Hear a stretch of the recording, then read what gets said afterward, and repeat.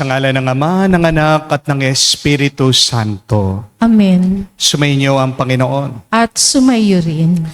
Mga kapatid, muli nating tinatalaga ang ating mga puso sa kabanal-banalan, kamahal-mahalang puso ni Jesus.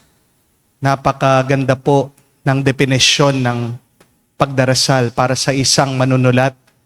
Ang pangalan niya ay si Henry Nouwen. Ang sabi po niya, that prayer is the act of listening to the voice of love. Pag tayo'y nagdarasal, tayo'y nakikinig sa Diyos na ang pagmamahal, ang pag-ibig.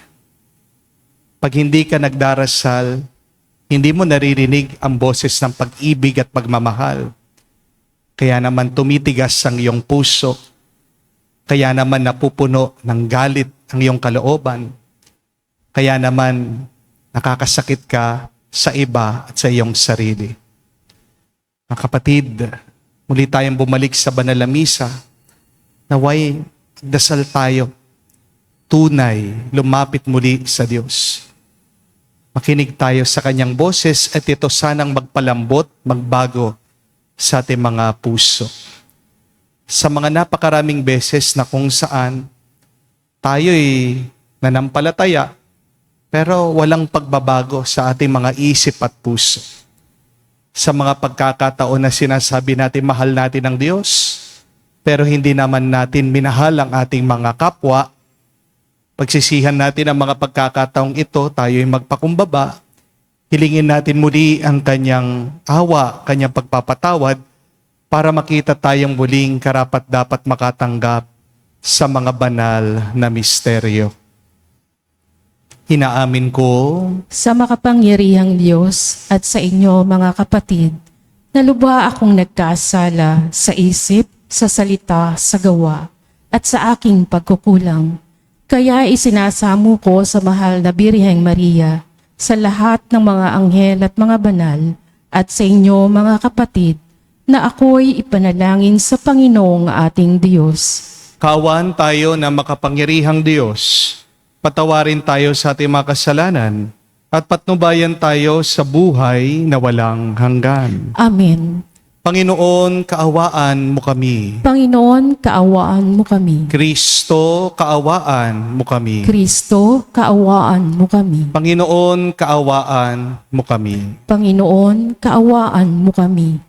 Manalangin tayo. Ama naming makapangyarihan, kami yung mga kinupkop ay niloob mong maging mga anak mo sa liwanag mong kaloob. Huwag mo ipaintulot na sa katiwalian kami ay masangkot.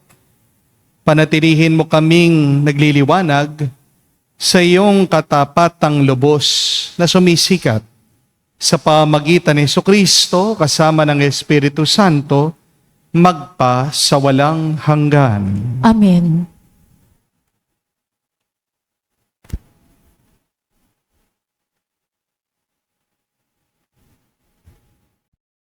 Pagbasa mula sa aklat ng Henesis. Nabuhay si Sara ng 127 taon. Namatay siya sa Kiryat Arba, tinatawag ding Hebron, sa lupain ng Kanaan. Ito'y labis na ikinalungkot ni Abraham. Sandaling iniwan ni Abraham ang bangkay at nakipag-usap sa mga Heteo. Wika niya, ako'y nakikipamayan lamang sa inyo. Kung maaari, pagbilhan ninyo ako ng dakong mapaglilibingan sa aking asawa. At inilibingan ni Abraham si Sara sa yungib na iyon sa Makpela, sa lupain ng Kanaan. Ito'y tinatawag ngayong Hebron. Matandang-matanda na noon si Abraham at pinagpapalang mabuti ng Panginoon. Sinabi niya sa pinakamatanda niyang alipin na kanyang katiwala, "Ilagay mo ang iyong kamay sa pagitan ng aking mga hita at manumpa ka. Ipangako mo sa akin sa ngalan ng Panginoon, ang Diyos ng langit at lupa, na hindi ka sa Kanaan pipili ng mapapangasawa ni Isaac. Pumunta ka sa bayan kong tinubuan at pumili ka sa aking mga kamag-anak doon ng mapapangasawa niya. Kung ayaw pong sumama ng mapipili ko, maari po bang si Isaac na ang pumunta roon?" Tanong ng alipin, "Aba hindi. Huwag mong patutunguhin doon si Isaac." Tugon ni Abraham, "Nilisan ko ang tahanan ng aking ama at iniwan ang lupain ng aking mga kamag-anak, sapagkat dito ako pinapupunta ng Panginoon, ang Diyos ng kalangitan. Nangako siyang ibibigay ang lupaing ito sa aking lahi. Magsusugo siya ng kanyang anghel na mauuna sa iyo upang tulungan ka sa pagpili ng mapapangasawa ng aking anak. Ngayon, kung ayaw sumama ng mapipili mo, wala ka ng pananagutan sa akin. Ngunit, huwag mong patutunguhin doon ang anak ko." Nang makalipas ang mahabang panahon, si Isaac ay naninirahan sa lupain ng Negeb. Minsan, napadako siya sa ilang ng Bir Lahai-Roi. Nang magtatakip silim, siya'y namasyal sa bukirin at nakita niyang may dumarating na mga kamelyo. Natanaw ni Rebecca si Isaac, kaya't bumaba siya sa sinasakyang kamelyo. Lumapit sa aliping kumaon sa kanya at nagtanong, "Sinong lalaki iyong papalapit sa atin?" "Siya po ang aking amo." Tugon nito. Kumuha ng belo si Rebecca at nagtalukbong. Pagkatagpo nila'y isinalaysay ng alipin kay Isaac ang mga pangyayari. Kaya't tinanggap ni Isaac si Rebecca bilang asawa at dinala sa kanyang tolda. Ang babae ay napamahal sa kanya at naging kaaliwan niya sa pagkamatay ng kanyang ina. Ang salita ng Diyos. Salamat sa Diyos. Pasalamat tayo sa Diyos. Kabutihan niya'y lubos. Pasalamat tayo sa Diyos, kabutihan niya'y lubos. Magpasalamat sa Panginoong Diyos, pagkat siya'y mabuti. Ang kanyang pag-ibig na hindi kukupas ay mananatili. Sinong mangangahas upang magpahayag na siya'y dakila? Sino ang pupuri at magpapahayag ng kanyang ginawa? Pasalamat tayo sa Diyos, kabutihan niya'y lubos. At dapat magalak ang sinumang tao na makatarungan. Nagawang matuwid ang siyang adhika sa buo niyang buhay. Pasalamat tayo sa Diyos, kabutihan niya'y lubos. Tulungan mo ako kapag ang bayan mo'y iyong nagunita. Sa pagliligtas mo, isama mo sana ang lingkod mong Aba, upang makita ko ang pagunlad nila na iyong hinirang. Kasama ng iyong bansang nagagalak, ako'y magdiriwang. Pasalamat tayo sa Diyos, kabutihan niya'y lubos.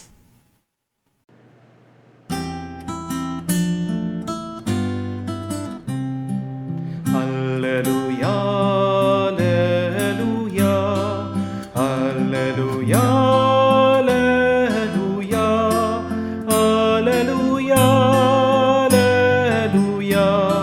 alleluia, alleluia, alleluia, alleluia, alleluia, alleluia, alleluia.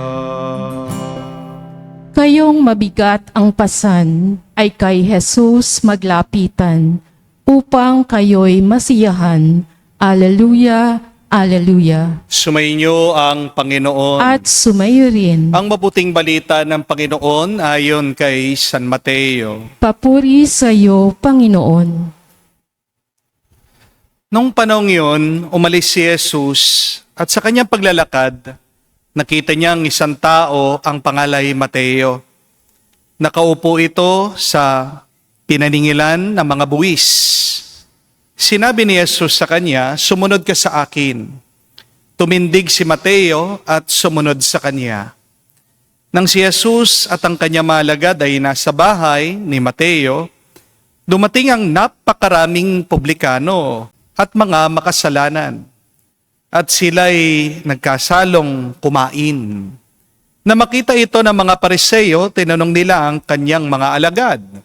Bakit sumasali sa mga publikano at mga makasalanan ng inyong guro? Narinig ito ni Jesus. At siya ang sumagot, ang mga may sakit ang nangangailangan ng manggagamot. Hindi ang mga walang sakit. Humayo kayo at unawain ninyo ang kahulugan nito. Habag ang ibig ko at hindi hain.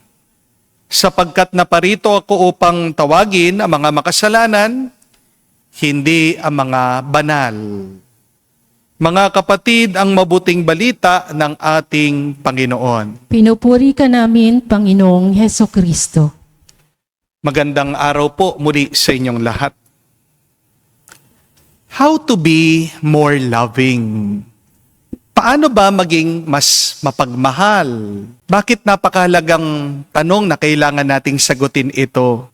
Kasi po, tandaan nyo, bandang huli, lahat tayo ay huhusgahan ng Diyos ayon sa ating pagmamahal. In the end, everything, everyone will be measured by how much we love. At pangalawa, mahalaga po ang pagmamahal dahil ito ang hinahanap ng ating mga puso. Ayon po sa pag-aaral, kahit na napaka-advance na ng ating mundo ngayon. Ang dami pong computer, gadgets, cellphone, meron na pong bagong AI, yung tinatawag nilang artificial intelligence.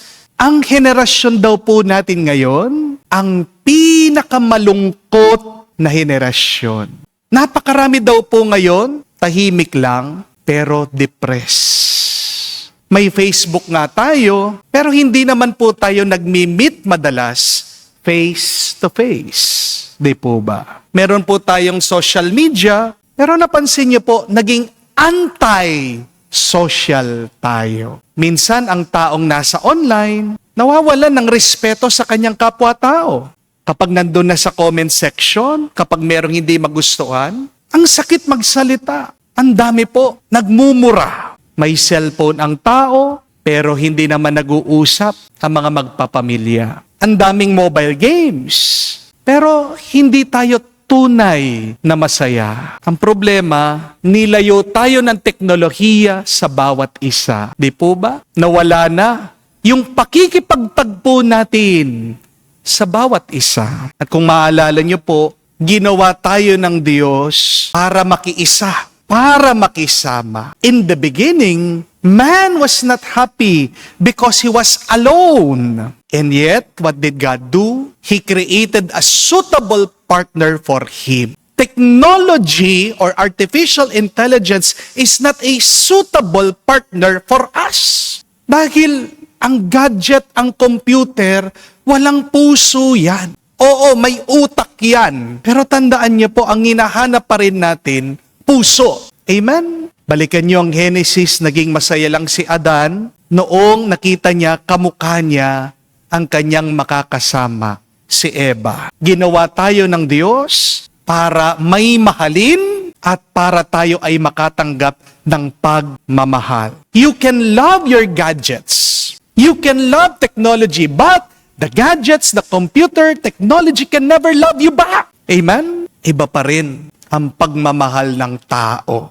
Amen? Pero ito po ang ginagawa ng teknolohiya sa atin.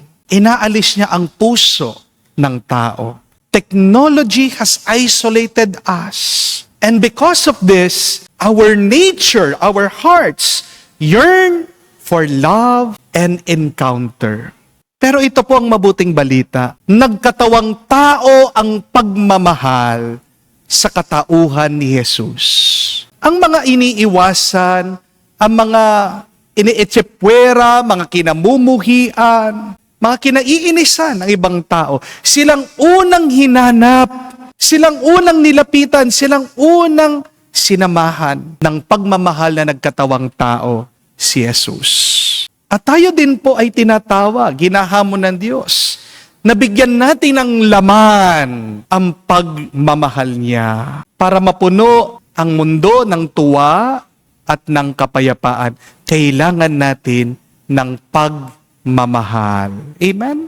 Pero yan po ang tanong paano tayo magiging mas mapagmahal? How can we be more loving? First, we must meet the other regularly. Lumapit, makipagtagpo, makisama sa iba para lumalim ang ating pagmamahalan, ang ating ugnayan. Remember, my dear friends, proximity is the first step to intimacy. Nahuhulog ang loob mo sa mga malapit sa iyo. Di po ba? Tumitibay ang ating pag-ibig sa mga palaging kasama natin. At ang pagmamahal ay lumalago, namumunga, nag-uumpisa sa pakikipagtagpo. Unawain niyo po mga kapatid, kaya nawawala ang pagmamahal natin sa iba kasi binabaliwala mo sila. Bakit binabaliwala mong ibang tao? Anong nasa isip mo? Bukas, nandyan pa rin naman yan Okay lang. Kasama ko naman yan palagi Pero mali po yun. Di po ba? The people that we have in our lives are not there forever. Ang tao na mahal mo, darating ang panahon, ang katotohanan, mamamatay din siya. Di po ba? Kailan mo siya mamahalin? Kapag wala na siya. Wag mong hihintayin na mawala yung iyong minamahal bago mo maiparamdam, maiparanas ang iyong pagmamahal sa Kanya. Di po ba? Ang kapatid, habang may oras pa, di natin alam kung hanggang kailan na lang ang ating panahon dito sa mundo. Kung hanggang kailan na lang nabuhay ang iyong minamahal. Palagi mong ipakita, paramdam, makipagkita ka, makipagtagpo ka, makipagkwentuhan ka, makipag-connect ka diyan sa iyong minamahal. Kaya nababawasan ang ating pagmamahal sa iba kasi nawawala na yung oras natin ng pakikisama sa kanila. Di po ba? Kaya nga po si Jesus, balikan niyo ang ebanghelyo, anong ginawa niya? Inupuan niya, nakikain siya, nakisama siya doon sa mga makasalanan. At bakit po nagkaroon ng pag-ibig at pagmamahal ang mga makasalanan sa ating Panginoon? Kasi sinamahan nila ang Panginoon doon sa hapagkainan.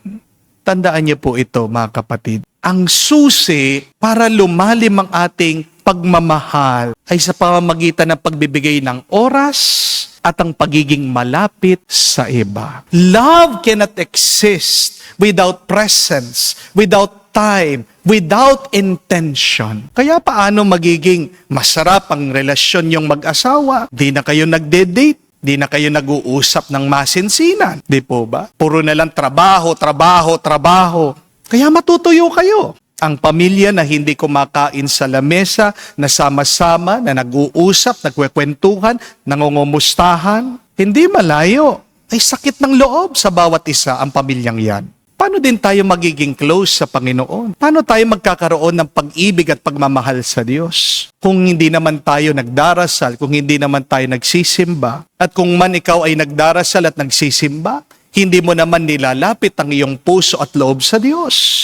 A deep love needs an encounter of hearts in time and space. Kapag wala sa lugar, kapag wala sa oras, anong ibig sabihin? Wala. Nothing can exist without space and time. Amen? Tapos magtataka ka, bakit walang pagmamahal ang iyong asawa sa iyo? Binigyan nyo na ba ng lugar, ng oras, ng panahon, yung inyong pagkikita? Kung wala, wala talaga. Wala kang i-expect. Di po ba? Magtataka ka, bakit walang pag-ibig, pagmamahal, malasakit ang iyong anak sa iyo? Binigyan mo na ba ng oras, ng panahon, ng lugar, yung inyong ugnayan bilang magulang at anak? Kung wala, wala talaga. If you want love to deepen, then give it time and space to grow.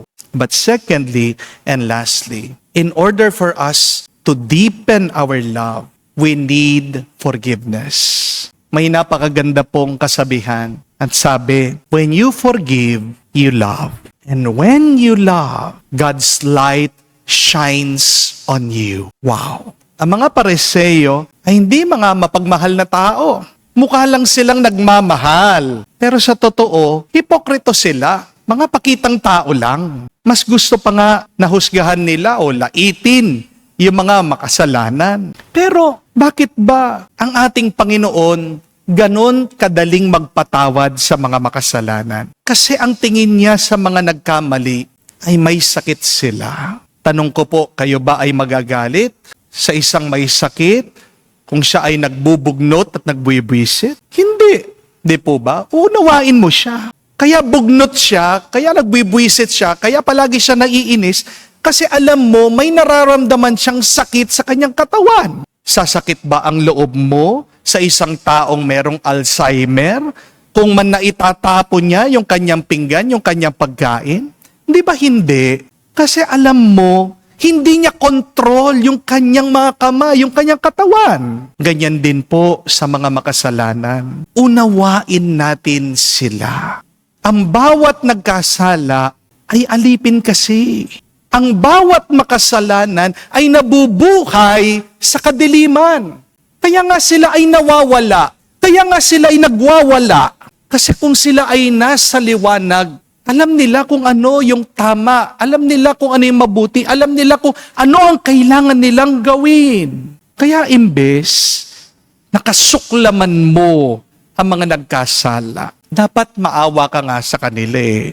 Kasi may problema ang kanilang kaluluwa. Amen? Bakit ka magpapatawad sa mga nagkasala sa iyo? Kasi sabi nga ng ating Panginoon habang siya ay nakapako doon sa krus, Ama, patawarin mo sila kasi hindi nila alam ang kanilang ginagawa. The first word that Jesus uttered while nailed on the cross is forgiveness. Why did He forgive? Because He understood that these people, they do not know what they are doing. Magpatawad ka, kapatid, kasi gamot yan sa taong nagkakasala. Magpatawad ka, kapatid, kasi kalayaan yan para sa iyo. Habang hindi ka nagpapatawad, nagkakasala ka din.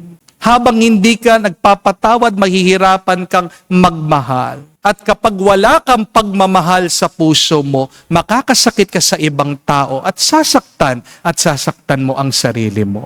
Amen? Opo, mahirap magmahal. Pero, di ba, sa pagmamahal din, doon natin nararanasan ang sarap ng buhay, ang tuwa ng buhay na ito. As Saint Teresa of Avila said, it is love alone that gives worth to all things. Magkakaroon ka ng ganang mabuhay kung may pagmamahal ka. Kaya huwag kang magsawang magmahal. Palagi kang humingi ng grasya para makapagmahal ka sa iba kahit na mahirap, kahit na masakit ito. Because to love is our calling. To love is our vocation. We are born to love. We live to love and we will die to love even more. Magdasal po tayo mga kapatid, magpatulong po tayo sa kamahal-mahalang puso ni Jesus para lumalim din ang ating pagmamahal araw-araw. Naway makapagbigay tayo ng hustong oras, maging malapit tayo palagi sa iba, at naway handa tayong magpatawad. Amen. Tumayo po tayo, alay po natin sa Diyos ang ating mga dasal at panalangin at ating sabihin, Panginoon, dinggin mo kami. Panginoon, dinggin mo kami. Ang mga mahihina at makasalanan, naway makita ang simbahan bilang tahanang bukal ng kagalingan. Manalangin tayo sa Panginoon. Panginoon, dinggin mo kami. Yaong mga nasa paglilingkod ng bayan, naway isagawa ng may kalinisan at katapatan ang kanilang mga tungkulin. Manalangin tayo sa Panginoon. Panginoon, dinggin mo kami. Sa pamamagitan ng Eukaristiyang ito, naway madama natin ang mapagpagaling na habag ng Diyos. Manalangin tayo sa Panginoon. Panginoon, dinggin mo kami. Sa katahimikan po ng ating puso, sabihin natin sa Diyos ang ating mga personal na pangangailangan. Ama, may pananalig tulad ni Abraham na sumunod sa iyong pagtawag, tinataas ng iyong Kristiyanong sambayanan ang kanilang mga panalangin. Naway ipagkaloob mong iyong binubunsod na aming kahilingan sa pamamagitan ni Kristo aming Panginoon. Amen.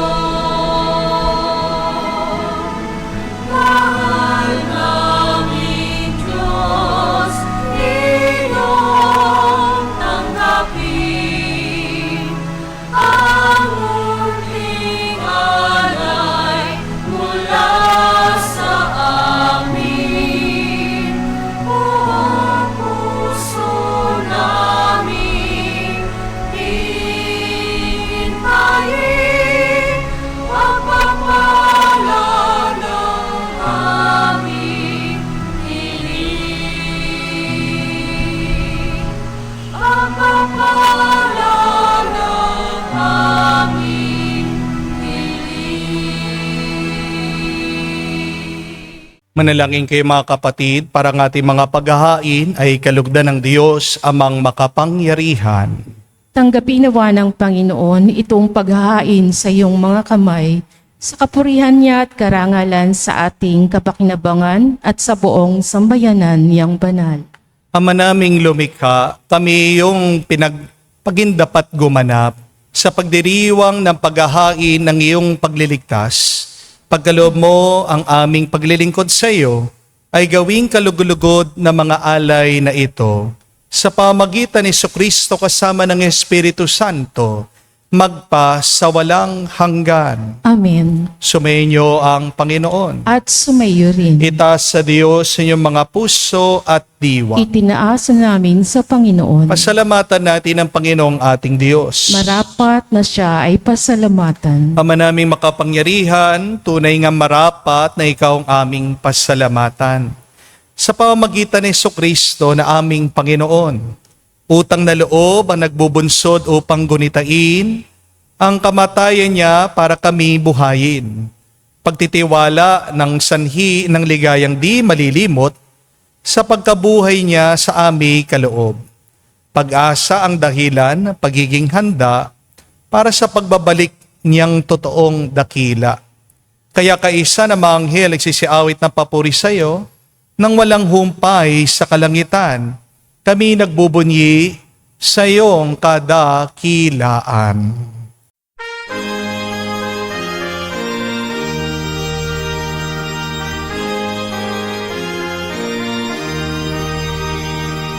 Santo, Santo, Santo, Panginoong Diyos ng mga hukbo. Napupuno ang langit at lupa ng kadakilaan mo. Hosana sa kaitasan, pinagpalang na paninito sa ngalan ng Panginoon. Hosana sa kaitasan, Hosana sa kaitasan. Ama naming banal, ikaw ang bukal ng tanang kabanalan. Kaya't sa pamagitan ng iyong Espiritu, gawin mong banal ang mga kaloob na ito, upang para sa amin maging katawan at dugo ng aming Panginoong Hesu Kristo. Bago niya pinagtiis ang kusang loob na maging handog, hinawakan niyang tinapay, pinasalamatan kanya.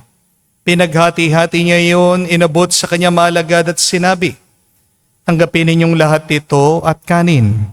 Ito ang aking katawan na ihahandog para sa inyo.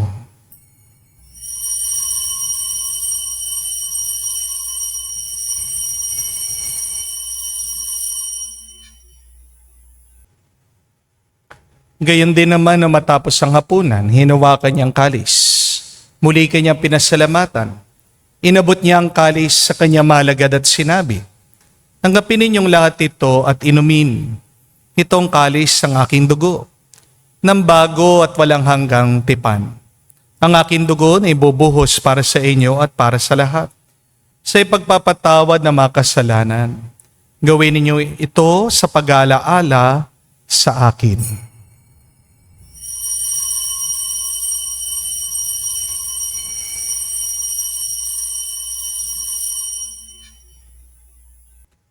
Ang misteryo ng pananampalataya.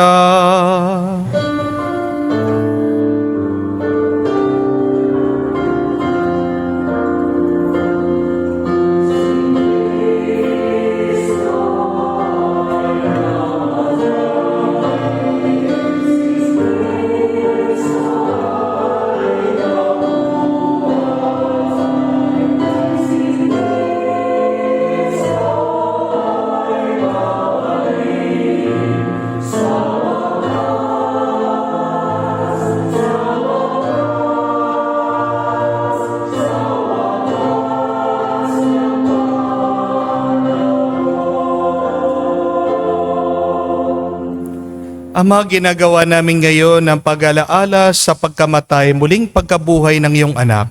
Kaya tinialay namin sa iyong tinapay nagbibigay buhay at ang kalis na nagkakaloob ng kaligtasan. Kami nagpapasalamat dahil kami iyong minarapat na tumayo sa harap mo para maglingkod sa iyo. Sinasamo namin kami magsalo-salo sa katawan at dugo ni Kristo ay mabuklod sa pagkakaisa sa pamagitan ng Espiritu Santo. Ama, lingapin mong iyong simbahan, laganap sa buong daigdig. Puspusin mo kami sa pag-ibig. Kaisa ni Leon ng aming Santo Papa, si Florentino aming Arsobispo at ng Tanang Kaparian. Alalahanin mo rin ang aming mga kapatid na nahimlay may pag-asang sila'y muling mabubuhay. Gayon din naman lahat ng mga pumanaw. Kawan mo't sila't patuloyin sa iyong kaliwanagan. Kawan mo't pagindapatin kaming lahat na makasalo sa iyong buhay na walang wakas. Kaisa na mahal na Birhen Maria, Ina ng Diyos. Kaisa ni San Jose, ang kanyang maluwalhating esposo. Kaisa na mga apostol at lahat na mga banal na namuhay dito sa daigdig na kalugod-lugod sa iyo. May pagdiwang nawa namin ang pagpupuri sa ikararangal mo sa pamagitan ng iyong anak aming Panginoong Hesu Kristo. sa pamamagitan ni Kristo, kasama niya at sa Kanya, ang lahat ng parangal at papuri ay sa iyo, Diyos Ama, makapangyarihan, kasama ng Espiritu Santo, magpasawalang hanggan.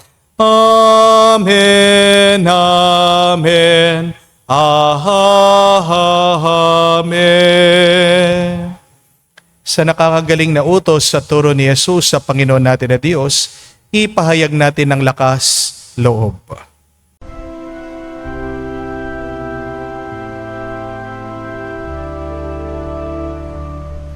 Ama namin, sumasalangit ka, sambahin ang ngalan mo, mapasa amin ang kaharian mo, sundin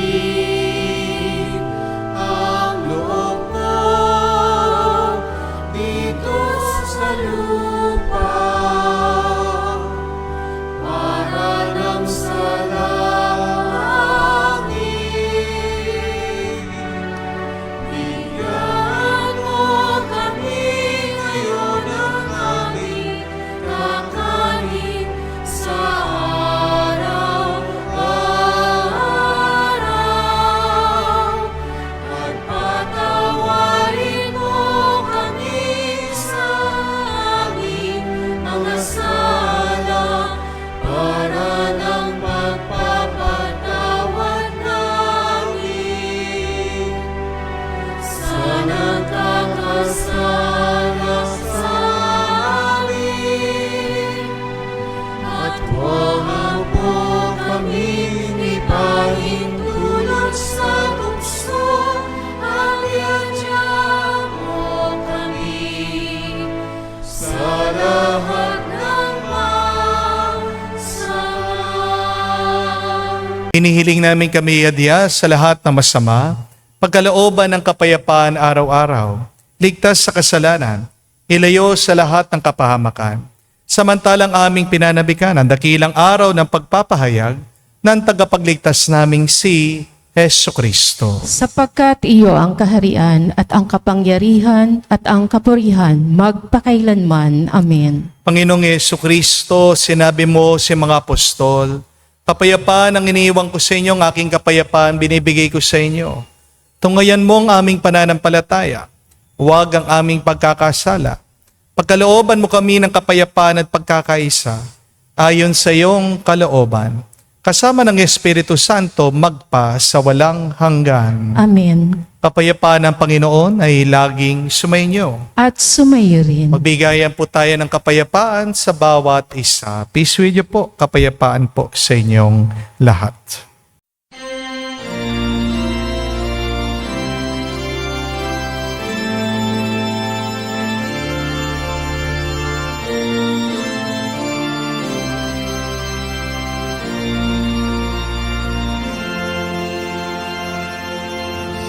Kordero ng Diyos na nagalis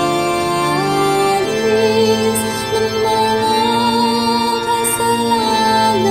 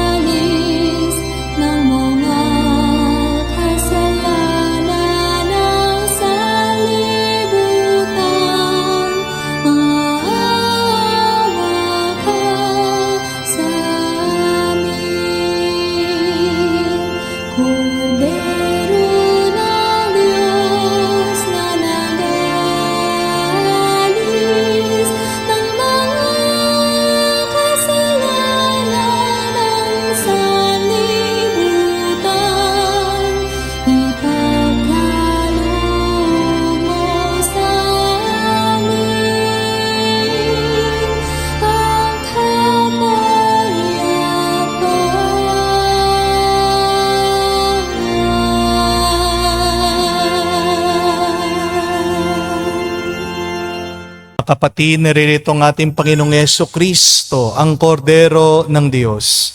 Siya nag-aalis sa mga kasalanan ng sanlibutan. Mapalad tayong lalapit sa piging ng kordero. Panginoon, hindi ako karapat-dapat na magpatuloy sa iyo, ngunit sa isang salita mo lamang ay gagaling na ako.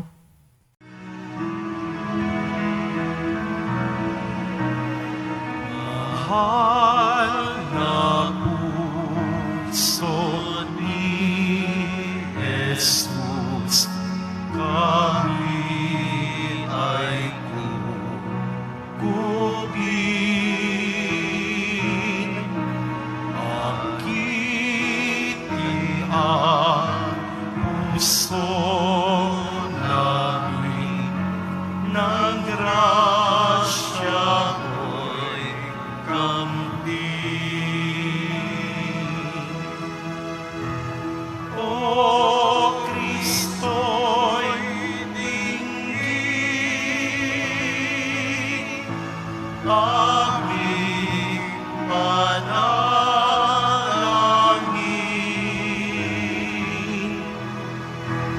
Lagi ang kinig ang puso namin. Lumuhod po tayo ngayon para sa panalangin sa kamahal-mahalang puso ni Jesus. Jesus, Diyos ko, iyong nasabi, humingi at kayo'y bibigyan, maghanap at matatagpuan ninyo, kumatok at bubuksan ang pinto para sa inyo. Tunghayan mo po akong nakaluhod sa may paanan mo, napupuno ng buhay na pananampalataya at tiwala sa iyong mga pangakong pinabatid ng iyong kabanal-banalang puso at sinambit ng iyong mga labi. Narito po ako upang hilingin ito. Sa katahimikan po ng ating puso, sabihin natin sa Diyos ang ating mga personal na pangangailangan.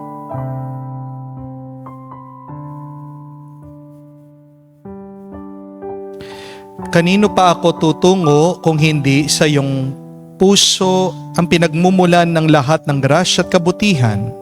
San pa po ako maghahanap kung hindi sa baul na naglalaman ng kayamanan ng iyong habag? San pa po ako kakatok kung hindi sa pinto kung saan binigay ng Diyos ang sarili niya sa amin at kung saan kami makakapunta sa Diyos? Sa iyo po ako dumudulog, puso ni Jesus. Sa iyo po ako nakatagpo ng aliw kapag nahihirapan, pagtatanggol kapag inuusig, lakas kapag nabibigatan sa pagsubok, at liwanag sa dilim at pagdududa. Minamahal kong Jesus, maigting po ako naniniwala na kaya mong ipagkaloob ang biyayang aking hinihiling. Kailanganan man ito ng isang himala.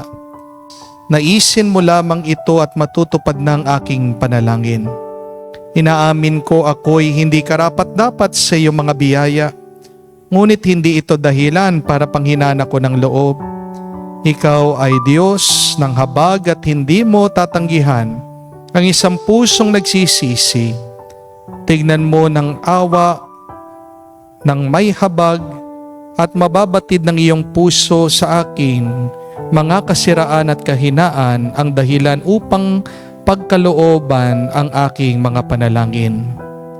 O banal na puso, ano man ang iyong pasya sa aking hiling, hindi po ako titigil na sambahin, ibigin, purihin at sambahin at pagsilbihan ka. Jesus ko, ikalugod mo nawang tanggapin ang pagsasagawa ko ng ganap na pagsang-ayon sa mga atas ng iyong kaibig-ibig na puso na aking tunay na hinahangad na matupad kasama ng iyong sanlilikhang magpakailanman. Kabanal-banalang puso ni Jesus, alam kong may iisang bagay na hindi mo kayang gawin, ang mawala ng habag sa mga naghihirap at nababalisa. Tignan mo po akong nagmamakaawa po ako, minamahal kong Jesus. ipagkaloob mo ang grasyang aking hinihiling sa iyo sa pamamagitan ng kalininisang puso ng iyong madalamhating ina. Ipagkatiwala mo ako sa kanya bilang kanyang anak at ang kanyang mga panalangin ay napaka makapangyarihan sa iyo. Amen. Amen. Kabanal-banal ang puso ni Jesus. Maawa ka sa amin. Kalininis-ang puso ni Maria. Ipanalangin mo kami. Manalangin tayo. Ama namin mapagmahal, buhay nawa kami ng aming inihain at pinagsaluhan upang kami pinagbuklod sa pag-ibig mo kailanman ay nagkaroon ng bungang laging naming may alay sa pamagitan ni Jesucristo kasama ng Espiritu Santo magpa sa walang hanggan. Amen.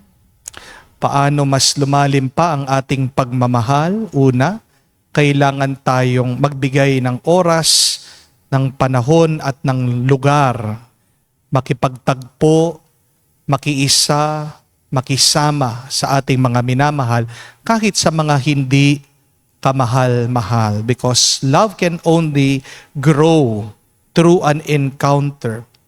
Love can only bloom if you give it time and space. Kamukha po sa halaman, pagkatanim mo hindi naman agad may bunga yan.